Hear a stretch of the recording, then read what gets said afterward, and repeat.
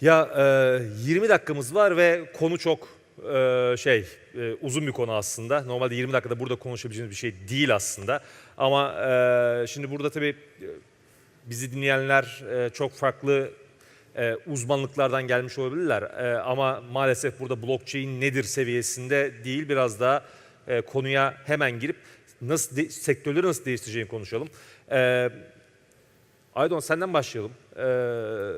Scooty X diye yeni bir girişimle uğraşıyorsun. Yani zamanında gidiyor orada exit'inizi yaptınız. Doğru. Evet. eBay'e sattınız. Ondan sonra kendin bir sürü yatırımlar yaptın. Sonra blockchain alanında bir girişim hayata geçirdin. Aynen öyle. Ve siz enerji sektörünü aslında biraz değiştiriyorsunuz. Doğru söylüyorum değil mi? Kesinlikle doğru. Ben sana genel olarak hem bu vizyonu biz- alayım hem girişimden biz bilgi bu alalım. .com balonunu ilk yakalayanlardan olarak blockchain ile ilgili gelişmeleri ve kripto dünyasının gelişmelerini ise sonradan girenler olarak içerisinde bulunduk. Sebebi de şundan dolayı ilk başta gerçekten tam olarak ne olduğunu, eminim salonun yarısı da öyledir hala, anlamadık. Ne olduğunu, nasıl kullanıldığını vesaire anlamadık. Fakat gerek dijital currency'ler üzerindeki hızlı yükselişler ve blockchain ile yapılan ve ortaya çıkan değişik örnekler anlamaya çalışmamıza, hızlı bir şekilde girişmemize sağladı. Enerji sektöründe ne yapmaya çalışıyoruz? Biz Endüstri 4.0 tarafından girdik. Endüstri 4.0 diye bir teknoloji var. Bu Artificial Intelligence, işte büyük data projeleri, Internet of Things vesaire gibi dünyada muazzam şekilde hızla gelişen bir Endüstri 4.0 teknolojileri mevcut. Bu Endüstri 4.0 teknolojilerinin gelişmesi için ne lazım? Baktığımız zaman arkasında muazzam şekilde bir dünya üzerinde computing power'a ihtiyaç olacak yakın bir zamanda. Tabii ki bu computing power'a ihtiyacı ne karşılayacak? Doğal olarak enerji. Aslında Endüstri 4.0'ın gelişmesi için enerji sektörünün hızlı bir şekilde bu ihtiyaca cevap vermesi gerekiyordu. Bu da tabii ki fosil yakıtlarla üretilen enerjiyle olmayacağını bildiğimizden dolayı biz yenilebilir enerjilerle, yani güneş ve rüzgar enerji santralleri kurarak bu güneş ve rüzgar enerji santrallerinin yanına computing power'ı yaratacak data center'ları, mobile data center'ları yerleştiriyoruz. Ve bu mobile data center'larla beraber de tamamen grid'in enerjisine, yani enerjiyi grid'e vermeden tamamıyla tam kaynağından en ucuz yolla alarak Endüstri 4.0'ın ihtiyacı olan computing power'ı yaratmaya çalışacağız. Bu enerji dağılımını ise komple blockchain üzerinden tamamlayacağız. Ondan dolayı da enerji tarafında enerjinin dağıtılması ve bu data center'lar üzerinde kullanılacak computing power'ın tamamen blockchain teknolojisiyle beraber kullanımını yaratmış olacağız. Büyük bir proje. Şu anda uğraştığımız şey tamamıyla yurt dışına konsantreyiz. Yatırımı vesaire her şey yurt dışından tamamlamaya çalışıyorum. Ama çok iyi gidiyor şu anda. İnşallah her şey yolunda gidecek. Evet. Detaylara gireriz biraz sonra. Tabii ki. Barış sende daha birden fazla sektör var aslında. Şimdi bir Netmarble şapkasıyla başlayalım. Netmarble çok büyük bir oyun şirketi. Ve onun CEO'sun. Bir Netmarble tarafında blockchain ile ilgili proje planlar var mı? Ondan sonra diğerlerine sana bırakıyorum. Netmarble biliyorsun Kore merkezli. Evet. Kore deyince zaten blockchain, cryptocurrency herhalde ilk akla gelen ülkelerden, bölgelerden bir tanesi. Netmarble oyun dışında 2 tane alana temelde yatırım yapacağını açıkladı. Bir tanesi blockchain, bir tanesi de yapay zeka. Şöyle söyleyeyim, 2018'in ilk 6 ayında sadece Ar-Ge Netmarble'ın ayırdığı bütçe 150 milyon dolar. 150 milyon dolar tamamen yeni ürün, hizmet geliştirmeye ve bu yapay zeka ve blockchain odaklı. Şu an şirketin içerisinde bir yapay zeka geliştirme merkezi kuruldu. Tüm dünyadan insanlar transfer edildi ve aslında baktığında konunun özüne, yani dünya nereye değişiyor, nereye gidiyoruz? İşte yapay zeka akıl sorununu çözdü. Blockchain de güven sorununu çözdü. Temel felsefe bu. Netmarble'da bu iki alana, yani iki temel çözüme yatırım yapıyor gibi düşünülebilir. Hani oyunlara yansıması ne bunun? Oyunlara yansıması baktığında biz bir oyuncunun hangi içerikle eğlendiğini anlayabiliyorduk ama bunu milyonlar düzeyinde anlamak ve çok hızlı aksiyon almak zor bir konu. Yapay zeka bunu çözüyor. Blockchain tarafında en basit örneği bir oyun hesabım var ya da sanal ekipmanlarım var. Bunlar bir değer mi? Bunların ticareti yapılabilir mi? Bunlar değiş tokuş yapılabilir mi güvenli şekilde oyuncular arasında? Blockchain'in aslında çözdüğü birçok nokta var. Ve tabii sadece oyunu çözmek zorunda değil. Şu an dünyada her şeyi, her güven gerektiren alanı çözüyor. Bankacılık, ödeme sistemleri, tapu, oyundaki karakterler gibi sabaha kadar burada sanırım hep birlikte sayabiliriz. Ve bir de bir MenaPay var. Senin yatırımcısı oldu. Evet, zaten işte aynı bakış açısıyla ben ödeme sistemlerine, fintech'e çok inanıyorum. MenaPay'de özellikle Orta Doğu bölgesinde ödemedeki güven problemini çözmeye odaklanmış bir proje. Aslında Çin'de bu gerçekleşti. Yani Çin'e gidip baktığınızda 750 milyon üzerinde kullanıcı şu an Alipay ve WeChat Pay kullanıyor. Aslında aynısını MenaPay Orta Doğu'da gerçekleştirmeye çalışıyor. Orta Doğu'da şu an klasik bildiğimiz bankacılık araçlarını kullanmayan nüfusun oranı %84. Yani yaklaşık 450 milyonluk bir popülasyonda %84 bizim bildiğimiz kredi kartı, EFT, havale gibi metotları kullanmıyor. Ne yapıyor? Cash. Bildiğin nakit para kullanıyor ve tabii bu muazzam bir problemle Petrol atıyorlar falan diye bir şey diyorum ben aslında. MenaPay'de tamamen bu %84'ü dijitalize etmek üzerine odaklanan bir proje. Böyle çok imkansız gibi görünüyor ama dediğim gibi bu Çin'de gerçekleşmiş durumda. Çin'de Alipay ile WeChat Pay, Çin'de bu dijital dönüşümü gerçekleştirmiş durumda. Şu an Hindistan'da gerçekleşiyor.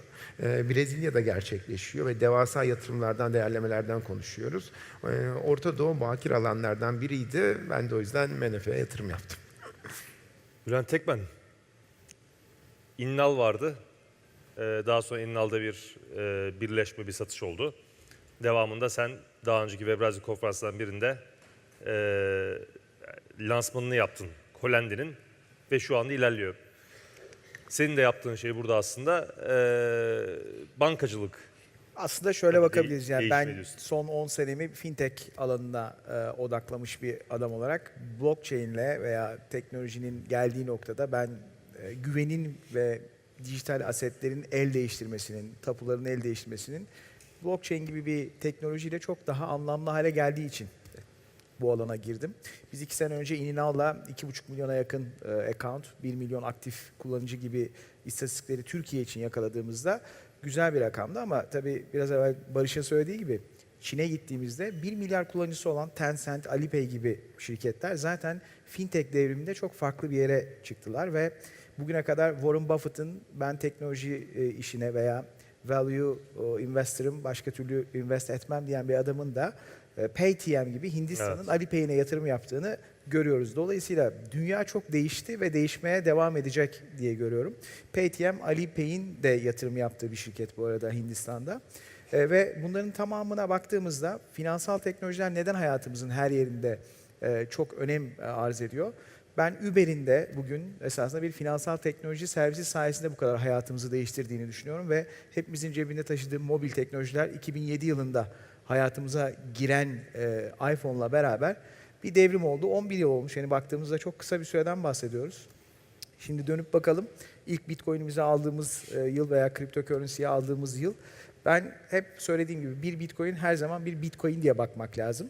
Günün sonunda bunu spekülatif yatırım aracı gibi görmemek lazım. Bülent'in bu arada ilk Bitcoin aldığımız yıl deyip el işareti yapması biz Bülent'le ilk Bitcoin'i birlikte aldık da o yüzden. Yani Çok büyük yatırımcısıyız. Konuşmayalım bunu. çok büyük aldık. Yani gerçek bunu söyleyeyim bir daha ya. Söyleme ya, kayıtlara geçip duruyor. Ya abi sen 2013 yılında Bitcoin alıyorsun. 2014'te Bitcoin alıyorsun. Ya niye pintilik ediyorsun? Abi önce 5 poundluk Bitcoin alınır mı ya? Arkasından 50 dolarlık alınır mı ya? Ya ver. Bunu kapatalım. Bunu devam ederken... Ben dedim çok verelim dedim. Bülent istemedi. Ben spekülasyona karşıyım, o yüzden istedim. Ben teknolojisini anlamak için yeterli buldum. Colendi ile hayal ettiğimiz şey de esasında güven probleminin en kritik noktası. Bugün identity, bizim kimlik yönetim sistemimiz bir finansal pasaporta bağlanması ve bizim 3 sütun oluşturduk orada. Bir kimliği var, iki kredibilite skoru ve creditworthiness skoru, üçüncüsü de cüzdanı olan bir yapı kurduk. Ve burada slashing ve stash, bizim tarafta staking ve slashing dediğimiz mekanizmalarla esasında programlanabilir para yönetimi sağlayan bir platforma döndürdük Colendi'yi. Tabii bu büyük bir devrim esasında baktığınızda. Ve bizim gördüğümüz, Barış'ın da söylediği gibi İslami bankacılık esaslarına göre nakit işlem yapılmayan herhangi bir ürünün finansman aracı olarak kullanmak adına muazzam bir fırsat sunuyor. Benim gördüğüm 2,5 milyarlık bir nüfus şu anda bankacılık sistemi dışında. Ama biraz daha Aydonat'ın konusu seküritizasyonla beraber M&A'in ve crowdfunding'in farklı alanlara yönlenmesiyle bence çok yakında 1 milyar kullanıcı sınırını aştıktan sonra 7 milyara doğru gitmemesi için hiçbir engel yok bu teknolojilerin önünde. Şimdi bunu ne zaman görüyorsunuz? Yani şu an burada izleyen bir sürü Esasında şöyle insan diyelim var. mi? Şu salonda bir İzleyenlerin de takım insanların bir şeyler anlaması için şundan bahsedelim. Yani nerede kullanacağız bu blockchain'i? Mesela çok basit bir örnekten bahsetmek istiyorum. Bir ürünün supply chain'ini düşünün. Yani üretildiği ilk noktadan son noktaya kadar. Dünyada her yıl 2 milyon insan sahte ilaç yüzünden ölüyor. Biliyor musunuz? O kullandığınız o vitaminler falan var ya, multivitamin bilmem ne falan filan.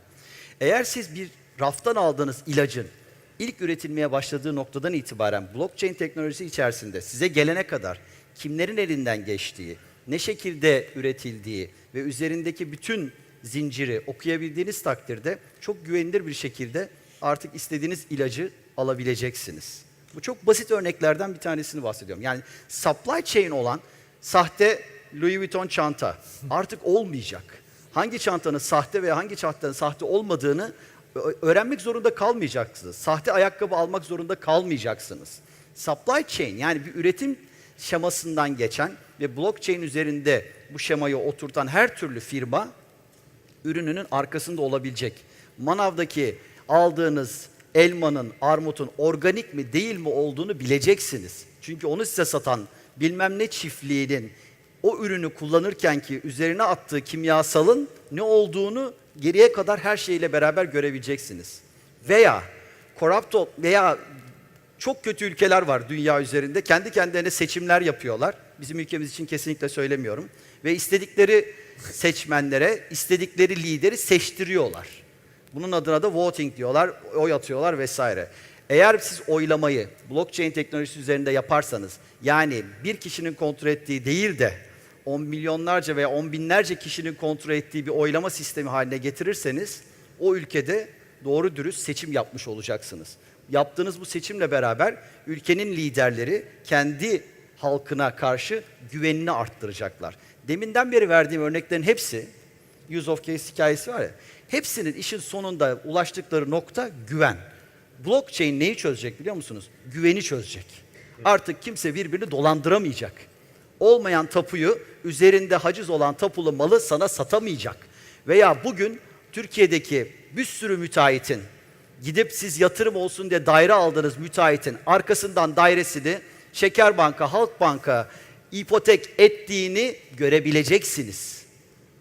Yani insanlar üzerindeki bütün güven duygusunu bu blockchain teknolojisi çok rahat bir şekilde sağlayacak. Bankacılık sektöründe ya Amerika'ya 11 saatte biliyorsunuz, buradan uçakla gidebiliyorsunuz. Biraz önce Seyit söyledi, çok güldüm. Para gönderiyorsun, 11 saatte para gitmiyor Amerika'ya. Gitmemesinin sebebi şundan dolayı. Correspondence Bank diye bir hikaye var ya dünyada. Çünkü bütün bankalar 60 bin tane farklı kuruluşla anlaşma imzalayamazlar masrafı düşürtmek için. Bunu ne yapacaksınız? Eğer ortak bir hesap havuzuna ulaşabildiklerini düşünsenize. Bir bankadan bir bankaya transfer sadece 10 dakikayı alacak. O kadar IT departmanlarının kostu, bütünüyle zaman, her türlü şey bambaşka bir şeye gidecek. Hani salonun merak ettiği şu son 3 dakikada söylediğim şeyler esasında nerelerde kullanılacak blockchain? İşte blockchain bizim hayatımıza böyle girecek abi. Ek olarak yani güven vesairenin dışında dağınık sistemler oldukları için ve merkezi bir yapıda olmadığı için kullanabileceği güç, storage, işte saklama bilmem ne şu bu Bunların hepsi içinde aslında çok sonsuz bir şey yaratıyor sana bir yandan. Kişisel veriler Yani yapay dediğimiz zekanın da yapı, blockchain ile çok güzel bir sinerjisi olacağını hep biz biliyoruz yani. computing power ve oradaki ihtiyaçlar belki daha henüz hazır değil ama kişisel verilerle ilgili şu anda en büyük problem hepimizin verilerinden muazzam paralar kazanan işte Facebook, Amazon, Google gibi şirketler. Twitter. Bunların hepsi esasında bizim verilerimizi, bizden elde ettikleri verilerle bunu anlamlandırıp farklı değerler yaratıyorlar ve hani bizim konsentimiz dışında, bizim isteğimiz dışında, halbuki biraz evvel konuştuğumuz konulardaki güvenin yanında bir şekilde o dijital her türlü bilgine sahip olabilme gücü verecek ki o bizim tarafta bence en kritik konulardan birisi olacak. Önümüzdeki 10 yıl, 20 yılda işte Black Mirror'daki belki 3. sezondaki 1. bölüm gibi bir dünya gelmiyor diyoruz ama Çin'de şu anda zaten var o dünya. Evet. Ve pasaport seviyesinde hatta şehirler arasında transfer seviyesinde bunu kısıtlayabiliyor. Bir şekilde daha otokratik, bir şekilde daha otoriter yönetimler.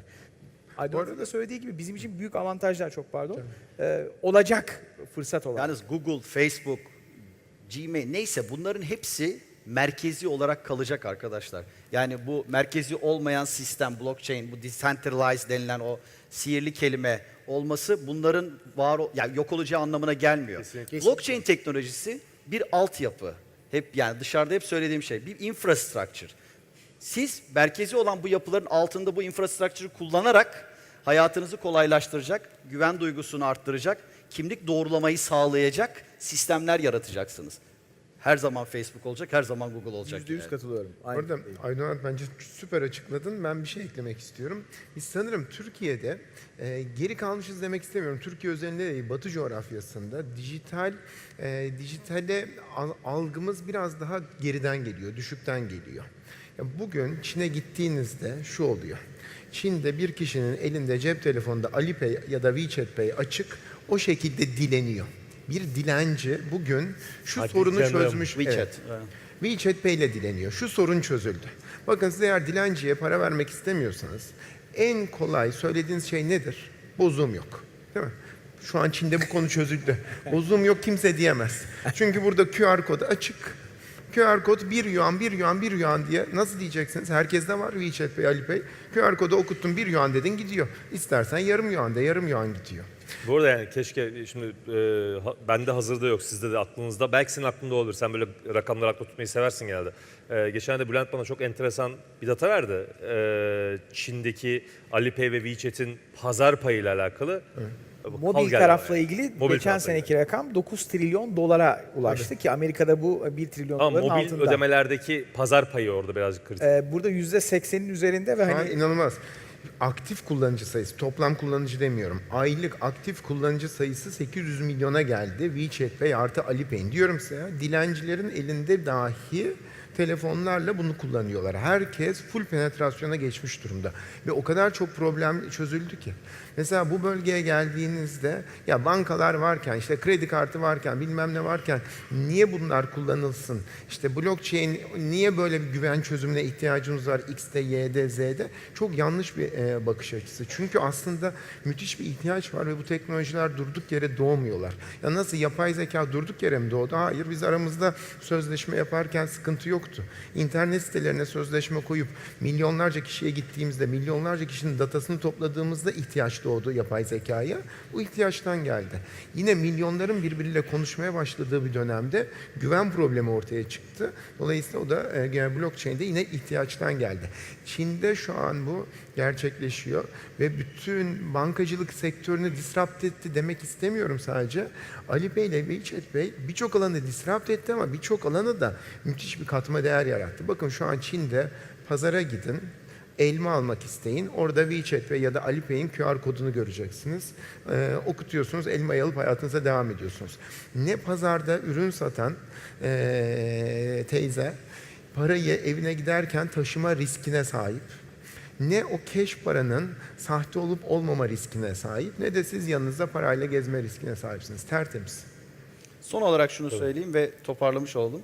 Yani şu blockchain teknolojisi dünyayı değiştiriyor. Türkiye olarak bunu çok iyi takip edemediğimize inanıyorum. Gerek yatırımcı bizler, gerek girişimci, gerek şirketlerin yöneticileri, gerekse o şirket içerisinde çalışan mühendisler, herkes kendisine şu soruyu sorması lazım. Benim blockchain stratejim nedir? Kesinlikle eğer yatırımcıysan ne yapman gerektiyse ona göre yatırım yapacaksın. Girişimciysen ben bu teknoloji 3 sene sonra beni yutacak, ona göre hazırlık yapması lazım. Şirket de 3 sene sonra blockchain teknolojisini kullanarak nasıl üreteceğini şimdiden o stratejisini oluşturması lazım. Çok kısa sürede böyle hap şeklinde konuşmaya çalıştık. Umarım faydalı olmuştur. Yani burada şimdi biz karambolde o hızlı konuşurken enerjisinden tapularına, bankacılığından ödemesine her alanda oluşacak olan o değişimi, dönüşümü çok da uzak bir zamandan bahsetmiyoruz burada. Onu da hep birlikte bilelim. Yani bu konuştuğumuz şeyin hayatımıza geçmesi çok da uzun bir süre almayacak. O yüzden ya bugün hala ya bunlar ne diyor acaba, blockchain nedir diyen varsa burada bence bu akşamda itibaren biraz okumaya başlamakta fayda var. Çünkü hakikaten o gün geldiğinde bu işe erken girmişlerden Soru olması. sorabilir miyiz? Kimler kriptokörünsiye yatırım yapmış ve blockchain Biraz önce biliyor? enteresan bir şey oldu. Binance sahneye çıktığında şeyi sorduk.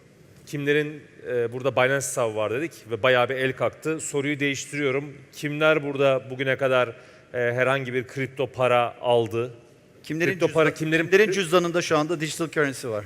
Ya bir Nerede var dijital para göreceksiniz var? şimdi burada. Oraya hepsini gönderirsek bugünün Evet, yani oran bak fena değil bu arada. Yani bak şimdi şöyle söyleyeyim. Bu konferans Webrazi Blockchain konferansı değil. Bizim Blockchain Venture Summit de değil.